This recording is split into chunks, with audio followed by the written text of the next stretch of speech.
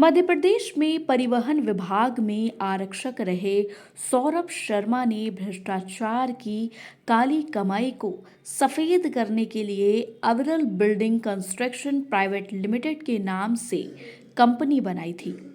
जिस चेतन सिंह गौर को सौरभ का महज ड्राइवर समझा जा रहा था, उसके साथ शरद जायसवाल और रोहित तिवारी इस कंपनी में डायरेक्टर हैं।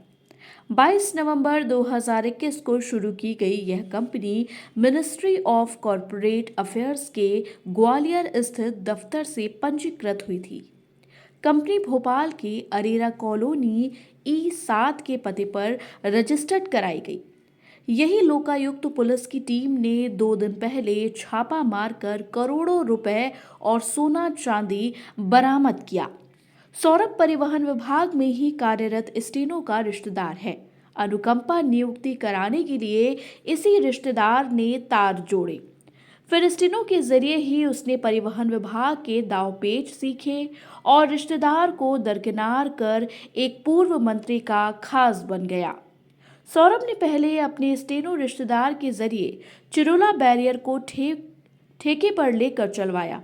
उसे कमाई का चस्का लगा तो उत्तर प्रदेश और मध्य प्रदेश के सभी बैरियर का ठेका वह लेता था। फिर अपने हिसाब से TSI RTI को बैरियर का ठेका देता था। बकायदा बैरियर की बोली लगवाता था। लेकिन प्राइवेट कटर इसी के रहते जो पूरा हिसाब किताब रखते थे। इस पर आने वाले पूरे पैसे का हिसाब रखकर खुद ही पैसा बांटता था। उसकी इस मनमानी का विरोध विभाग में ही होने लगा था। कई TSI RTI ने इस तरह काम करने से इनकार कर दिया, तो फिर सौरभ ने परिवहन विभाग की नौकरी से इस्तीफा दे दिया। पैसा कमाने का चस्का प्रतियोगी परीक्षाओं की तैयारी कराने वाले मनोज शर्मा बताते हैं कि सौरभ पढ़ने में बहुत होशियार था। कोचिंग के टेस्ट में अव्वल आता था। उसमें प्रतिभा थी। 2 बार उसने MPPSC दी और प्रारंभिक परीक्षा में सफलता हासिल की। मुख्य परीक्षा तक पहुंचा। एक बार साक्षात्कार में रह गया। इसी दौरान पिता के निधन के बाद उसकी अनुकंपा नियुक्ति परिवहन विभाग में हो गई। यहां से उसे पैसा कमाने का चस्का लगा। सामने आया है कि सौरभ के 2 राजदार ही सबसे बड़े मुखबिर हैं। मेंडोरी के जंगल में सोने और रुपए से भरी गाड़ी की सूचना इन्हीं के जरिए पहुंचाई गई।